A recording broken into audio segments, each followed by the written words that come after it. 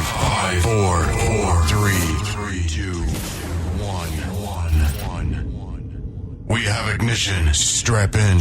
You're listening to WGSR, bringing hope and comfort to the world 24 hours a day. God Stories Radio, a podcast to heal your soul, bringing you hope and comfort through the power of Christian testimony. God Stories Radio, a podcast to heal your soul, is coming on. And welcome, everyone, to God Stories Radio. This is session 94. I'm Fritz. I'm Mike. And I'm Tina, not Trish. Trish is sick yet again. Yes, Trish. She said she's been in bed for a few days, not even able to move because of some allergy stuff beating her down. Oh, boy. Well, our hearts are with you, Trish. Yes. I know. She's really been going through it, man. She's been under attack, with all the Caitlin stuff, and she's got a party coming up for her and not feeling good. Man. And, all the stuff that's going on in her life with the lawyering and they're going to church as a husband and wife. And so Satan's not going to let that just slide by. Well, you got that right. Yeah, everyone should keep her in their prayers. Yes. Absolutely. Absolutely. Well, we got some shout-outs tonight. We got some Facebook likes. We have Jennifer Clark. Thank you for liking us. We have Anna Burrell. Thank you, Anna. And we have a Raymond Panyana. I hope I said that right, Raymond. Thank you for liking us. Thank you for liking us on Facebook. Thank you for Thank listening. you. And we have 3 different countries in the running now. We have India. Thank you, India. We have Malaysia. And welcome, Switzerland. Yes, thank you for listening out there. Yes, thank you so in much, those guys. countries. Thank you for letting us know that you listen and you're praying for us, and we just appreciate it. So, Amen. Mikey, what's going on over there? Just waiting for Father to make a move. Been told to, again, be still. The last one I was given is, I will wait for him. So for the past 2 weeks, I end up saying it when some certain thought comes into mind. I will wait for him. Amen. So that's what I'm going to do. It's the hardest verse in the Bible, other than patience, perseverance, long-suffering. Yeah. But be still. Wow. So, well, I have been looking forward to our guest ever since Trish told us about him, and we've read some of his bio, but I'll let you introduce him. Okay. Roger, he was raised in Miami, Florida, right here in good old Florida. The U. All right. Uh-huh. It's all about the U. And he is a database analyst and project manager for a company in Daytona Beach. And he also has been a mobile DJ business owner for 15 years. Taylor Tunes. Awesome. An electronic musician who produces his own music and working on getting into the voiceover industry currently. Oh, man, Roger, maybe we can help each other out. Yes, sir. 'Cause I need stingers, in and out things, that are, that we don't have to pay royalties on. Then we're home with a shameless plug here at God Stories Radio. Yeah, so really. we don't mind telling people who does the music, and I'll certainly help you with the voiceover part. Oh, that sounds great. We can do it to it, buddy. So anyway, Yeah. yes, so we have Roger Taylor. Thank you, Roger. Thank you, Welcome, Roger. Welcome to the Roger. show. Thank you, guys. Thanks for inviting me. I was glad to connect with Trish through voiceover a couple weeks ago. She's joined a group that I've actually formed not too long ago with another individual, and we were blessed to connect with each other. And she had asked me to come on board, so I appreciate That's wonderful. Is that group on Facebook? Because I'd like to join. it. Yes, it is. It's called Flavor, which is Florida Voiceover. Florida. I can't spell tonight. It's Florida Area Voiceover Resources. So yeah, sorry. Yeah, well, we can talk more about that offline. I'm just excited. Well, I'm going to give you the floor, Absolutely. Roger, and I'm going to be quiet if I can. So as far as my testimony, as you had mentioned, I did grow up in Miami. I did grow up I grew up with a loving family. My parents were together pretty much the whole time that I was living at home. Unfortunately, they split up after I left college. But actually, for as long as I can remember, I always went to church, and I attended Sunday school and youth group and the usual things as you're growing up. And but then the other thing was I actually attended a private Christian school. And unusually enough, I don't think I've met too many people that have had this experience, but I attended there from kindergarten all the way through graduation from the exact same school. So it was a private school called Westminster Christian down there in Miami. And as I said, I did go to Sunday school and youth group and had Bible classes and chapel at school. And while I had always been aware of God and Jesus, I didn't really listen to those messages. It kind of went in one ear and out the other. I was, aware of it, and I thought it was part of my life, but it didn't really resonate with me. And it really wasn't until my middle school years, and I kind of had some, conflicts in myself. Maybe it's as you're getting older, you start to become aware of a lot of things. I had a lot of anxiety about a lot of different things. And it was during the summer of 1980, and my youth group went to a place called Teen Valley up in North Carolina. And it was there through one of the counselors that actually was my counselor for my particular room. And I wish I could remember the guy's name. I would love to go back and thank him. Obviously, one day I will. But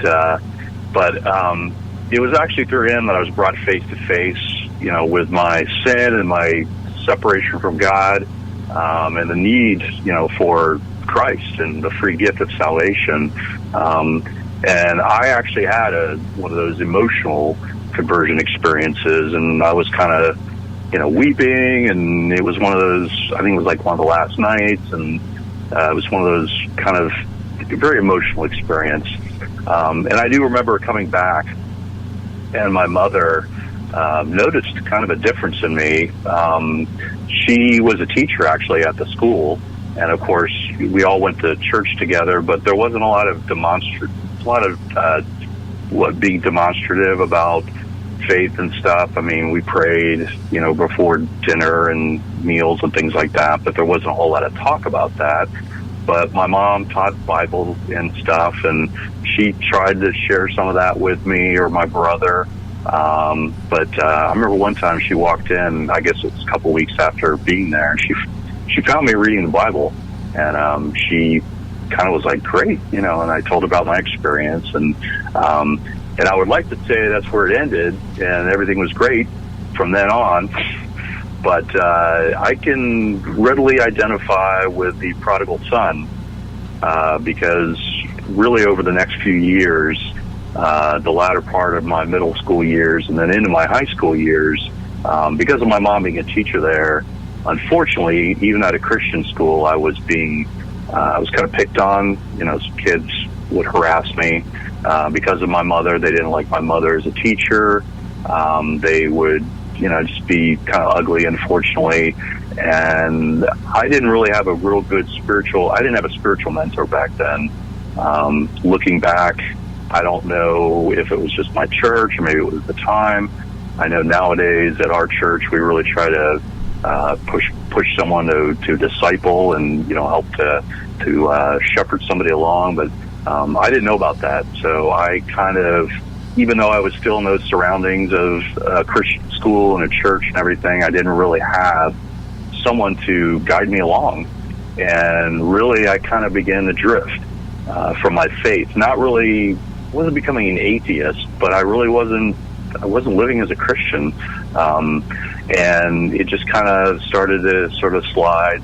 I went to college and pretty much lived for myself then. I attended Furman University, and I just kind of did my own thing. I lived a very worldly life and chased what I thought was what I needed to be doing. and then even after graduation. And a couple years after I graduated, I was living in Tampa, down in Tampa, Florida, and it was there that I ended up meeting my future wife. We had known each other through some friends, but one time we fell for each other very quickly, moved very quickly, if you know what I mean, pretty much almost living together, really. Yeah, none of us know what you mean there, Roger. Not at all. Okay, yeah, well, all right, yeah, exactly. You're in good company, yeah, brother. We moved very quickly. I mean, it was like very quick, and so we got engaged pretty quick too. I had just come off a long-term relationship with a prior woman and broke it off, and then I met Rebecca, and then it was only like 5 or 6 months later we got engaged. It's really quick. I felt very strongly about her, but then it was interesting because it was around that time when I started feeling those pangs of needing to return home. My brother and his wife were very strong Christians, and I would see his home and his family, because he just had a young daughter at the time, just kind of saw how harmonious their home life was. And it was kind of through them, and then through, I had another good friend of mine that actually I grew up with since probably like late elementary, my friend David. And he was actually going to school at University of South Florida, and he would talk to me a lot. He was involved with the Navigators, and he would really kind of press me on things, and I asked him a lot of questions. But I just kept having these conflicts, and I'm like, okay, God, what do you want me to do? And my wife, or I should say my girlfriend at the time, and fiance had been raised Catholic. And while she believed in God, she didn't really understand Jesus. Well, I mean, she did understand Jesus, but she didn't have that saving faith. And I started talking to her about it, and she got scared, and she was like, oh, great, you're going to leave me. She just thought I was going to term it for her. She said, you're going to become one of those Jesus freaks, and leave, or born again, or whatever. That was her words back then. And I told her, I said, well, I don't know. I mean, I said, I'm conflicted. I went to a counselor. I was like praying, which I hadn't done in forever. I started fearing the marriage because I thought we were going to be unequally yoked, which, obviously had been taught a lot about, when I was younger. And I kept thinking, oh my gosh, I'm going to have such a hard road, and this is going to be bad. And what if she doesn't come to faith? And like I said, I went to counseling, started praying about, and I was kind of conflicted up until probably about 2 or 3 months before we were supposed to get married. And you could imagine with the wedding announcements and all that kind of stuff going out. And then finally, I just laid it on the line with God, and I said, "Listen, Lord," I said, if you want me to marry her, then just please give me a peace about it. If that's what I'm meant to do. And sure enough, he did. I felt completely at ease. I felt peace. I really just knew, in fact, the day we got married, we both were really emotional, and we just really felt, wow, we're supposed to be together. But as with anything, especially marriage, and since we didn't have that firm foundation, we got married, didn't have that real strong spiritual foundation. As with any marriage, even those that have a spiritual foundation, we had got some difficulty the first couple of years. We fought. She would yell. I would kind of withdraw into my cave and kind of go play video games, or try to avoid it. And she's very demonstrative and comes from a family like that. So, and then a couple years later, we had our first son, our eldest son. We were living in Colorado, in Denver, and right after we had him, we both agreed. We said, well, we need to start going to a church together. And we tried several of them. Most of them were Catholic, and so we also got involved with a church. We ended up moving to Tulsa, I think it was like a couple months after my son Nelson was born. And we got involved heavily with a Catholic, not heavily, but we got involved with a Catholic church that a lot of our neighbors went to. But we really didn't, we just went. It was just kind of, you did it, you know, we just kind of wrote, you know, you just felt like, okay, I got to get out, got to do it. But there was no like additional service to do anything like that. And then in the year 1999, I had probably the most difficult year of my entire 49 years I've been on this earth. That year, I had probably almost most of the top 10 stressors that could happen in your life. I was laid off from the job that had brought us to Tulsa. They gave us a long time to find a new job, but they basically had said, at the end of like 6 months, you need to have a new job or move on, or you're not going to have one. My wife was pregnant with our second son, my younger son. She was a stay-home mom, so obviously we had a mortgage and all that. I had to find another job, and I actually found one back here in Florida. We decided to move back to be a little closer to family. My wife's family is all in Clearwater, or most of them are in Clearwater, Tampa area. Mine was still down in Miami. We had to sell a house, had to buy a new house, move. I started a new job that was very difficult. There was a long period of separation from my family because when they moved down here, they were living with my wife's family, and I was living up here in a rental, and it was just a really stressful time. That and the strain of kind of being the breadwinner for my family and having young kids, and that, and just coupled with just old habits that I've carried along from my college years, that really just kind of got me to a point where I was kind of in this desperation.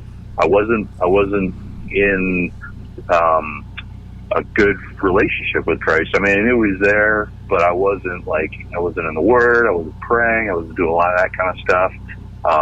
And the next year, I think it was early 2000, I sunk into this really deep depression. And I'll be quite honest with you, I felt like I was in hell. I just felt like I just couldn't get out of it. I mean, I couldn't get out of bed. Had a hard time interacting with Rebecca, my young sons. Went to counseling and a psychiatrist, and luckily I ended up going to a Christian counselor / psychiatrist that decided that after hearing all those stories, he said, "Well, I'm not surprised that you're going through all this." And he told me I needed to take some medications, and I did. And it wasn't an immediate thing, but I did start taking it, and things did start to improve. And I think I'd always sort of had a little bit of depression. It just probably got exacerbated by that difficult year. Mm-hmm. But it was around this time we had started going to a church that a friend that my wife had made, actually in our neighborhood. She had made friends with a young mom that had a couple kids and similar in age to ours.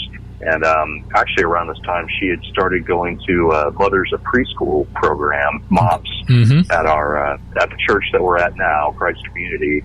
And I think it was definitely through the MOPS program, and then through this friend of hers, Carrie, that she felt the conviction to come to Christ.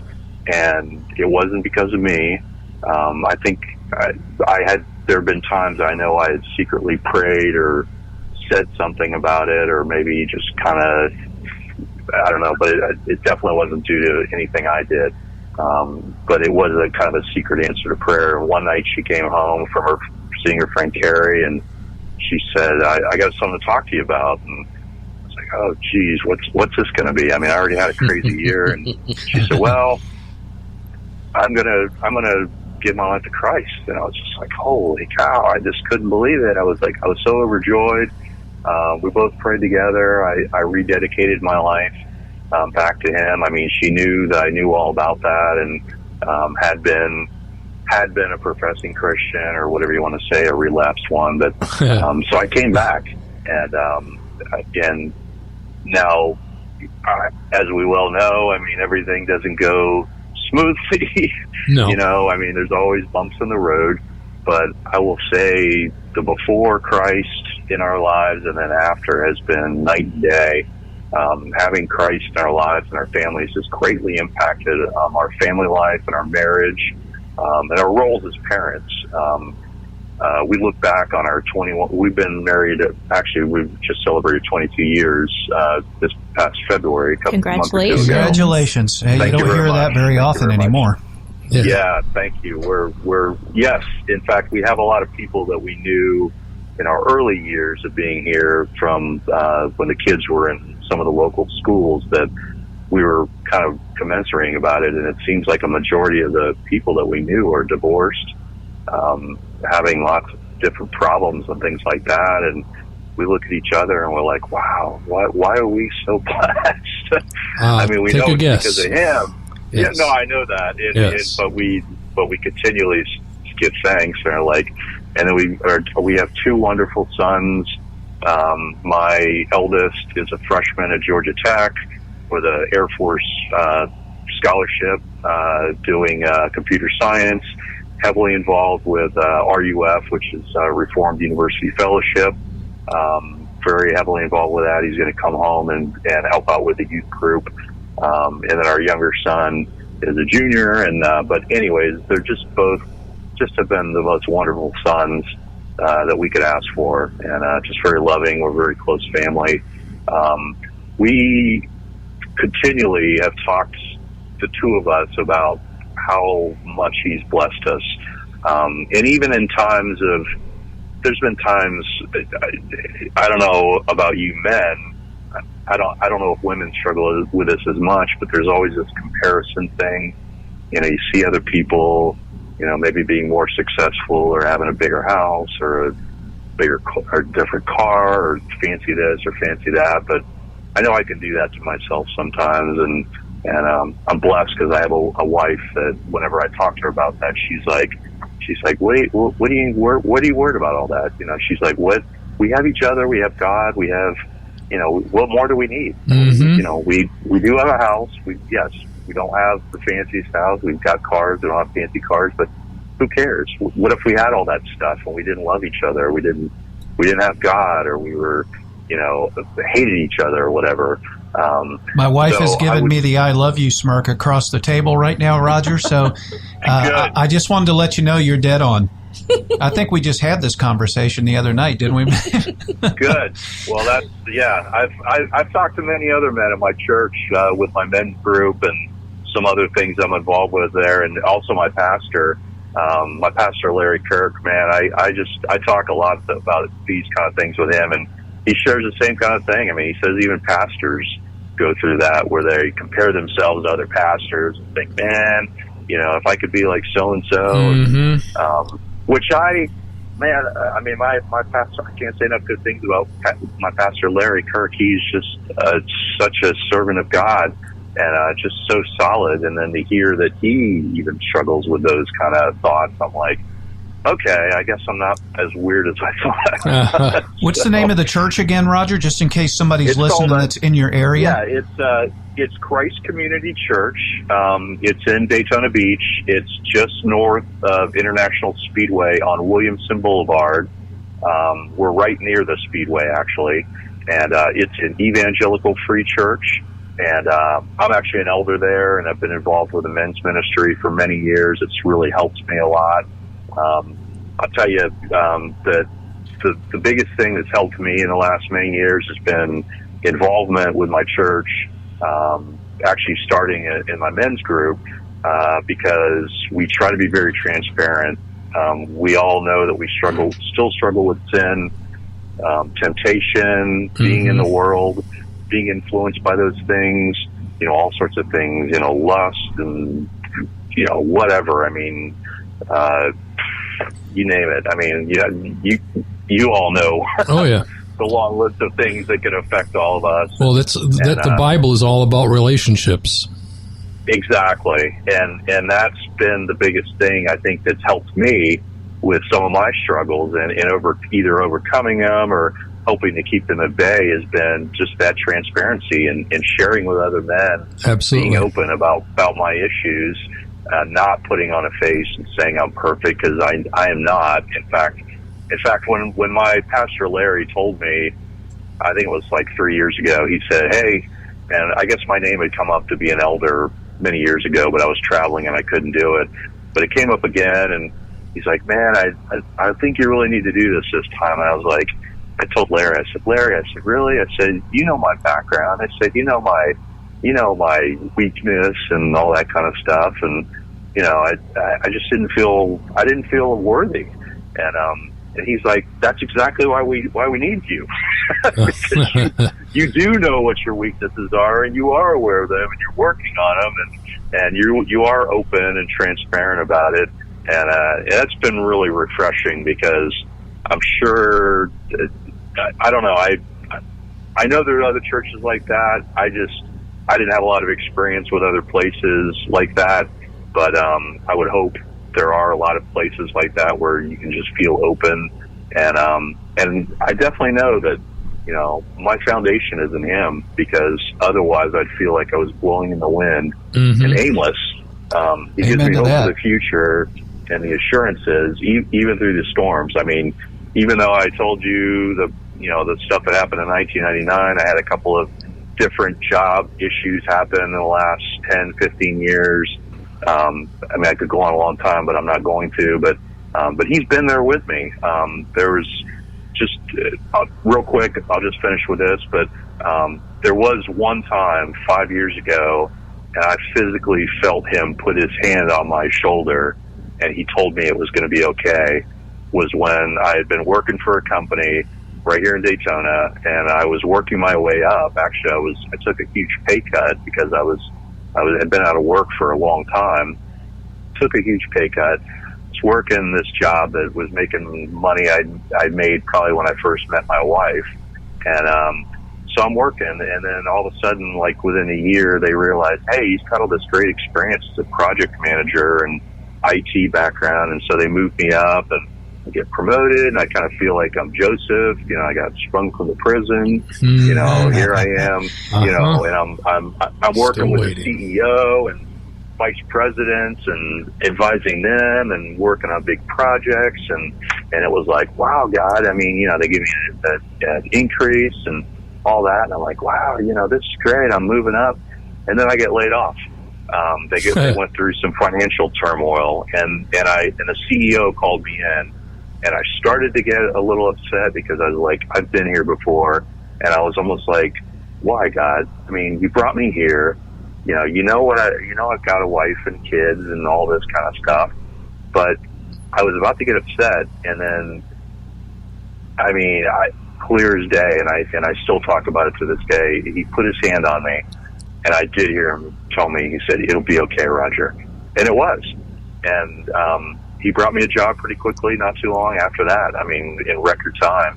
And everything's been great overall. I mean, since then, I mean, obviously, like we said, we're in the world, and, we know things happen, but everything happens for a reason. And, I can definitely look back on all of my experiences and draw on them and draw strength, knowing that, my future is known, and all of us who put our hope in Him, we definitely know where we're going, and that's it in a 30-minute nutshell, I guess. So, well, when you went from to the present job and the other one that you were doing, can you see why the change was there? Oh, absolutely. Real quickly, I don't want to talk too long, but one of the things that happened. Okay, so I lost my job there. 3 days later, I was on Monster.com, and I saw a posting for someone that had my experience, and it ended up being at the Seminole County Sheriff's Office in their IT department, working on programming reports and some other kind of programming that I had done in prior jobs. And So I answered it. Didn't think much of it. Well, they called this recruiting company called me like immediately, and their first words out of their mouth were, "Oh my gosh, we've been trying to fill this for like a couple months. Here's a couple questions. Have you ever used drugs?" I'm like, "No." I was a former military officer, and I spent 12 years in the Army National Guard as a commissioned officer. So I never touched any of that stuff.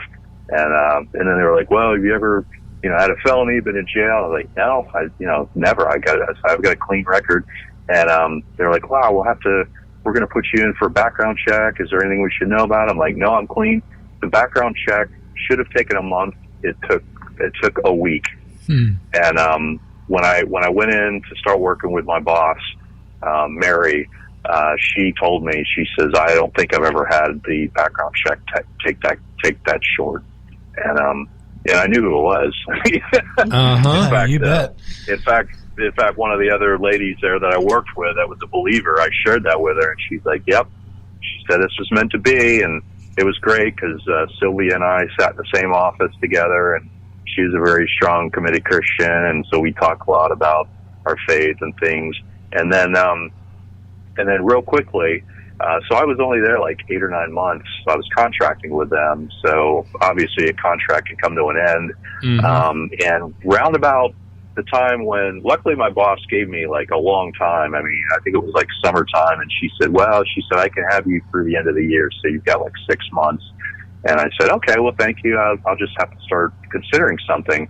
Well, right around that time, a guy that I went to church with, that I had worked with at the first company that when I had moved down here with, he goes to our church, and I hadn't seen him in a while because I think he goes to a different service.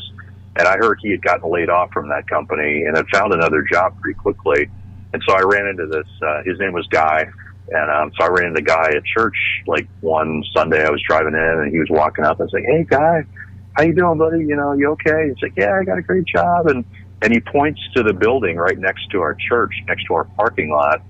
And he said, "Yeah, so you're contracting right now, right?" And I said, "Yeah." And he said, "Well, this company right here, APCO International, they're looking for someone, and I think it's pretty much what you've been doing, for a long time," because he knew my background. He had technical experience like me. And I was like, "Really?" And he said, "Yeah." He said, "You should check it out." So I went home, I checked it out. I just sent my resume into them and kind of gave them a salary range and everything. And I didn't think much of it. I just thought, "Oh, well, I'll just check it out." They called me the next day, and the chief executive officer was like excited. He's like, "Where do you live?" And I said, "I live right here in Ormond, Daytona." He's like, "Can you come in tomorrow?" Like, "Yeah, absolutely." And "Yeah, okay, we really want to talk to you." So I go in, and it was probably the longest interview I've had in my entire life, probably 3 hours. And I've had a lot of different companies that I've worked with, and I've done some consulting and had a lot of different experiences. Thank you, Lord, that have given me a lot of great experience. And so I went in there not knowing a lot about the job, other than I think I had some of the skills well. So the lady here interviewed me, Susan, who's now my boss. She basically went over my whole entire 20-something years of experience and really asked a lot of questions about everything. What'd you like? What didn't you like? And what'd you do? And so we got to the end of that. And at the end, she's like, "Okay, what questions do you have?" And I was like, "Okay, can you tell me about the job?" And she proceeded to tell me everything that I've done for the last 20-something years. And I just sat there dumbfounded because of the background I had. And it was a brand new position. It's at a company right next to my church. And I was just like, and I left there, and I called my wife, and I was like, if this is not from God, I don't know what That's how the Father rolls. I mean, that's how he rolls. Exactly. And I left there, and I told Rebecca, I said, "I don't want to jinx this, but it sounds very promising." They called me the next day. They offered me what I asked. And I've been there ever since. I'm about to celebrate. I'll be there 4 years as of July. And bar none, it's been the best company I've ever worked for. It's a smaller company, but I feel like I'm able to make a great impact. And then obviously being right next to my church, I can walk over and, like I did last day or two, I talked to my pastor. I don't go over all the time, but I mean, if he'll every once in a while he'll call me up and say, "Hey, Roger, why don't you come over? I want to catch up with you," or elders meetings or anything like that. Yeah. It's very easy, but there's no coincidence there. You couldn't script it that way. There's just no way. I mean, if anyone were to tell me, "Oh yeah, that was just lucky," I mean, no. There were too many things that came together that I know it was not just some freak event in the universe. It was definitely God. So. All the little details. That's right. Yes, absolutely. So, And you had referred to Joseph a little while back, and that's right now. That's what I'm waiting for. Okay. For those all right. doors to open and to actually exit the jail. Okay. Are you a new job, or do you mind if I ask? Or I know not. Calling. okay, gotcha. Trying to figure out the next step. Okay. Can you interpret some dreams, Mikey? A little bit, yes. Well, there you go. No, recently. Well, I was in. Recently, I've been told, and actually, I would say confirmed as well. I'm going to be going down a path as a seer. Okay. You know what a seer is? No. Can you tell me that? It's a prophet, but through visions. Okay. Yes. Absolutely. Sorry. Yeah. And excellent. Well, it is. It is. little scary maybe, but a little scary. Yeah. Yeah. You think about, when I was told that, the first thought I went to is all those prophets that I read about in the Bible, and it kind of makes you think. I think my wife is a seer, because I can't get away with nothing. Yeah, I think my wife's in that same group, because man, I'll tell you, anytime I have any kind of little guilt on my face or whatever, she knows.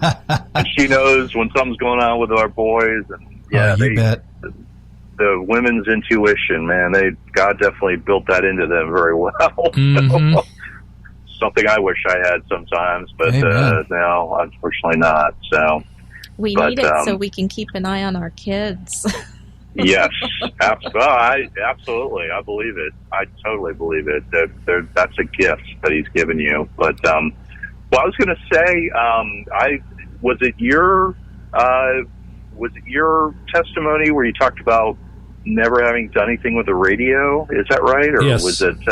Yes, that was me. That was amazing, because I listened to a couple of the podcasts, and to hear that you really didn't, and I guess at the beginning you were kind of stuttering or when you were practicing or whatever, and now, man, you sound completely natural, and I'm like, wow, that is awesome. That's definitely God at work there. It's funny, Roger, because the first time he shared that vision with me, and maybe we can get some coffee sometime, and I'll catch you up on all that, but sure. The way that happened was pretty cool, how Mikey and I met. And he said he had a vision for radio, and I said, that's my background. I said, why don't you come over to the apartment, we'll set up a couple of mics, and we'll just practice. So I did, and I invited Mikey over, and we sat at the table. I said, we're not recording or anything like that. I said, let's just talk to each other in the mic. And he stuttered and hen-hawed and couldn't come up with any words. And then on our first podcast, we went 10 minutes straight talking, and we just thought that was amazing, that we recorded 10 whole minutes of just the two of us. And you said you listened to session 4, and we thought that that was going to be like a couple minute thing, and after it was done, it was 20 minutes, and we looked at each other with our jaws wide open. Where did that come from? Wow. That is awesome. So, yeah, I mean, God puts things in our hearts. I mean, and that's the way I've felt with this whole voiceover thing. Just a whole string of things that have happened in the last couple of years that kind of led me to want to get involved with it. And then even, I'll share with you real quick. I don't want to monopolize the conversation, but he's given me some encouragement in the last couple of weeks, because I've heard on 3 different occasions from 3 separate people that don't know each other. They've just come right out of the blue and said, "You sound like John Goodman." You know, the guy from Roseanne. Right. Yeah. And I can little hear bit. that. I can hear that. Yeah. A little bit there, yeah. I mean, I guess it depends on, how I'm talking or whatever, and I can go deep or whatever. But actually, one of them mentioned it two nights ago on a Skype for this group that I'm part of. We've been having Skype meetings where we kind of discuss things. And to add further cred to that comment is one of the ladies that was on there and mentioned it had actually worked with John Goodman on the Roseanne show. And so she had been around him, and she was the one that said it. And I was like, holy wow. Thank you, God. That's how you get the burning bush validation right there. Yes. Yeah, I mean, it's just been incredible. And then this whole group, and then obviously meeting Trish, and there's been a number of other Christians, luckily, that we've connected with in our group, which has been great, that I definitely know are firm believers, which has been really neat, and then hoping to use that as a springboard to minister to some of the others that are in our group, and, just to anyone, obviously, so. Well, if you don't mind, Roger, I'm going to call you offline in a couple of days and get some more information. Okay. And I really, I don't see this as any coincidence. And Trish and I work together on voiceovers and Fiverr and all kinds of different groups that we do. And I just want to be involved in your Skype conversations, and anything I can do for you. I have a fully stock studio here. If you ever want to come up and do a demo, you could do that. Excellent. Yeah, and you're not that far away, so. Are you guys in, where are you guys at? Are you in Claremont, or where are you at? Yeah, we're in Claremont. Okay. Interesting story, real quick. I'll just, again, I don't want to belabor it, but I actually have a fraternity brother of mine that's in the facility, the prison facility there he was a lawyer, and I'm trying to minister to him. He's in there for at least another 8 years. Oh, wow. He had embezzled some money, but I've been trying to go and visit him. I was down there, I think, back in January, and I'm trying to encourage him. I mean, he's in a good place, but I'm obviously trying to minister to him as well. But no, that's great. That would be, man, I could definitely kill 2 birds with 1 stone. It would be great to come down and see you guys. Well, that's awesome. We're not scared to drink some coffee and talk about stuff, and it'll just be great, man. Awesome. So I'll make sure we have each other's contact information offline, and we'll get together, brother. Absolutely. And check out our site, because we are having a meeting down in Orlando on Saturday. I don't know what your plans are. I know Trish was going to try to make it, but she can't because of I know some other commitments and stuff. So, but if you can make it there, great. It's going to be down there like Universal in that area. So all the information's on on that Flavor website, or on the Facebook, I should say. So you can ask Trish about it and everything. So is there an actual website, Roger, or just the Facebook? Sorry, it's not a website. It's just a Facebook. Okay. But, in fact, Trish is on it. So if you want, just ask her, or just type in, like I said, Flavor, Florida area voiceover resources, and then you can just click on there that you want to join, and I'll definitely, I have no problem. We'll add anybody. I mean, it is a closed group, but we pretty much add anybody that wants to get on. So. Well, I just sent you a request. It's on its way. Excellent. I will make sure I add you. Oh, I see Melissa Brack is part of that, and Suzanne. Yeah. Oh, wow. You know Melissa. I know all of them. Yeah, we work with Melissa too. With us. Yeah, she has a testimony. I'm not sure what testimony it is. Yeah, it's funny to tie her in as well, because her and I were chatting yesterday. And, man, she is such a blessing to our group. Oh, isn't she, though? She's taking the bull by the horns and offering to help out with a whole lot of different things, with scheduling and things like that. So she, great, great Suzanne Lynn, I see that from Z88. And she also has a testimony on here on with God Stories Radio as well, man. Yes, she has does. been such a blessing to us. Yeah, it's neat because we actually traded. I think we've traded a few texts here or there. We're looking forward to. We haven't met each other face to face, but I think I shared with her. I said, good to have more believers on here, and she said, oh yeah, great. I'm looking forward to it. And, there's a few down in like the Tampa area as well that I've met that are in our group that are also a couple that I know that are believers as well. So great. I see your request. I think I added you, and I see your friend request as well. I'll make sure I add you as well for that. So, man, God works in mysterious ways. Yes, sir. I'll tell you, that's when you know it's the Father, because it seems to always happen too quick for your mortal mind to put together. He's a suddenly God, and I think a lot of times I've told Mikey, I said, part of the reason I think he makes us wait is because if he were to bless us at the speed that when he decides to move, it's on. And that sometimes we probably couldn't handle it. Mm-hmm. So I think he's got to prepare us for those blessings. Well, and I always like to use the analogy, I've used this a lot with my men's group, when we've been talking about different periods in our life. And, when it's like, especially, you're talking about waiting on the next step, as far as, what's going to come next, or a job or whatever. And that was you, right, Mike? You said you're kind of waiting on the calling for this year, or yes. So what I always like to say is, if God gave us everything we wanted, we probably would just say, "Oh, I don't need you."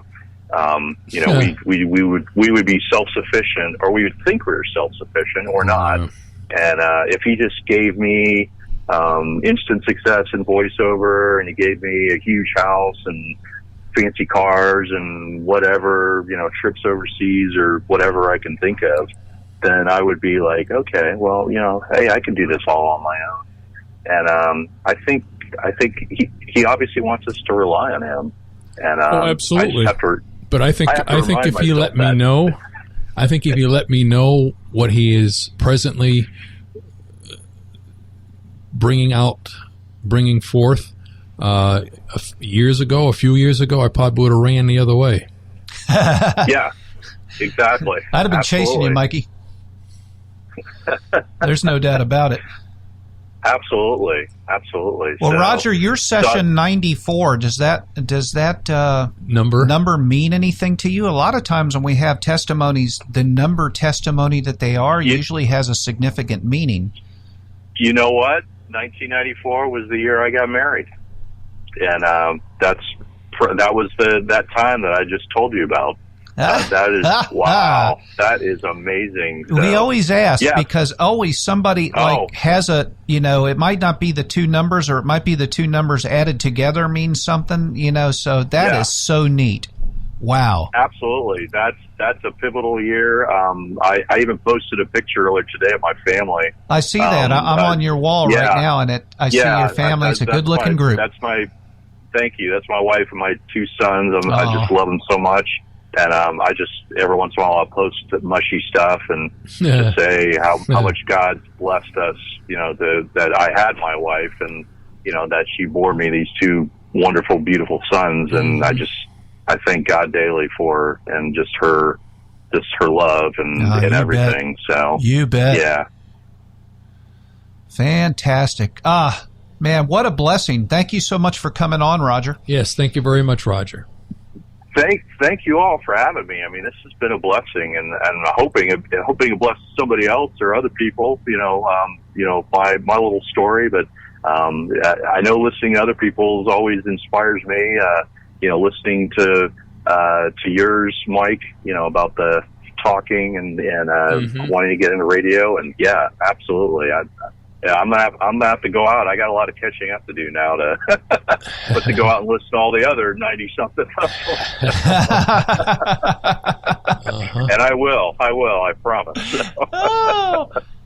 Well, All man, right, I just Roger. look forward to the future and what this relationship going forward is going to mean for both of us. I'm really excited always to meet new people in Christ, and especially people that are in the industry. And this is no Absolutely. mistake. I'm pretty fired up No. about it. How about you, Mikey? Fired up.